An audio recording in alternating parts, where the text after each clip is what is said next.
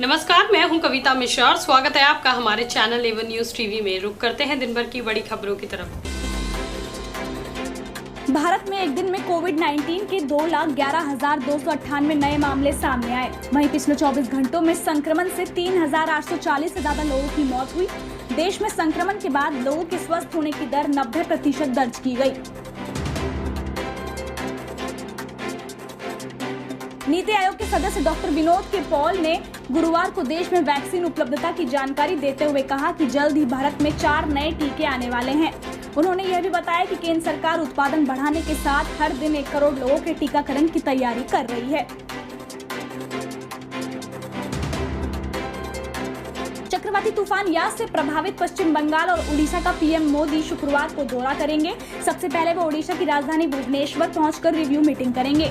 इसके बाद मोदी बालासोर, भ्रदक और पूर्वी मेदिनीपुर का हवाई सर्वे करेंगे। इन जिलों में ही तूफान ने सबसे ज्यादा तबाही मचाई है। इसके बाद वे बंगाल में भी रिव्यू मीटिंग करेंगे।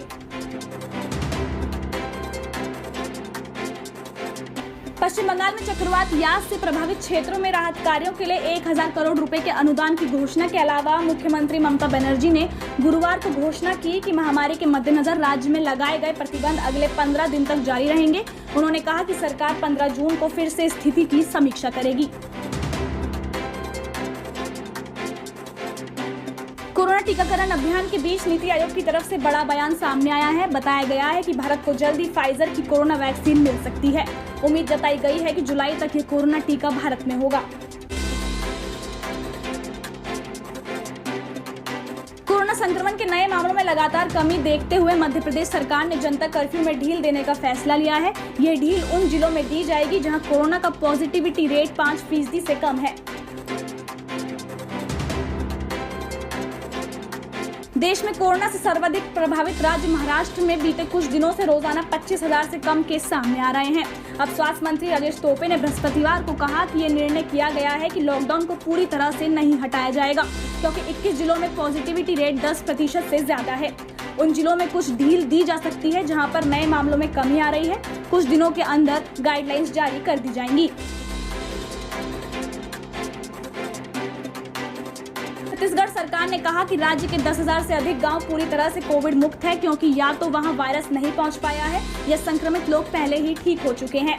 इसमें कहा गया है कि इन गांवों में संक्रमण को रोकने के लिए छत्तीसगढ़ सरकार द्वारा उठाए गए त्वरित उपायों के कारण वर्तमान में इन गाँवों में एक भी कोविड-19 मामला नहीं है।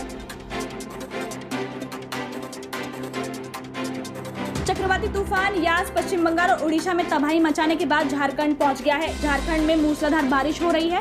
जनजीवन अस्त व्यस्त हो गया है। वहीं मौसम विभाग ने बिहार, यूपी सहित कई राज्यों में अलर्ट जारी किया है। करण जौहर की धर्मा प्रोडक्शन के बाद कार्तिक आर्यन ने स्वेच्छा से शाहरुख खान के production house red chillies entertainment को छोड़ दिया है और फिल्म फ्रेडी का साइनिंग अमाउंट भी वापस कर दिया है।